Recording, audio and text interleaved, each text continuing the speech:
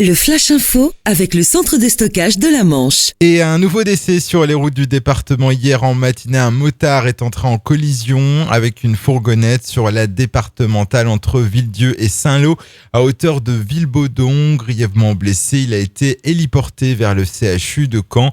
Il n'a pas survécu à ses blessures et est décédé dans l'après-midi. Il faudra attendre le 7 juillet pour connaître les conclusions du procès de travail dissimulé sur le chantier EPR de Flamanville. Le tribunal de Cherbourg se donne un mois supplémentaire pour prendre sa décision et déterminer la culpabilité ou non de 5 entreprises, parmi lesquelles le groupe Bouygues.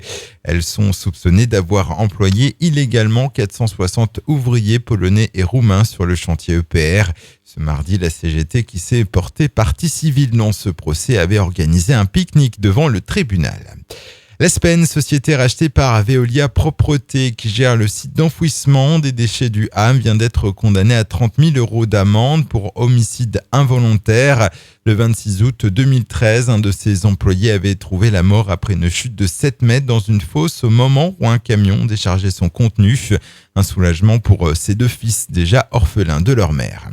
Un homme sauvé de justesse de la noyade en partie de pêche hier avec 2 autres personnes. Ce Saint-Lois de 59 ans a chuté dans la Vire au niveau de Gourfaleur.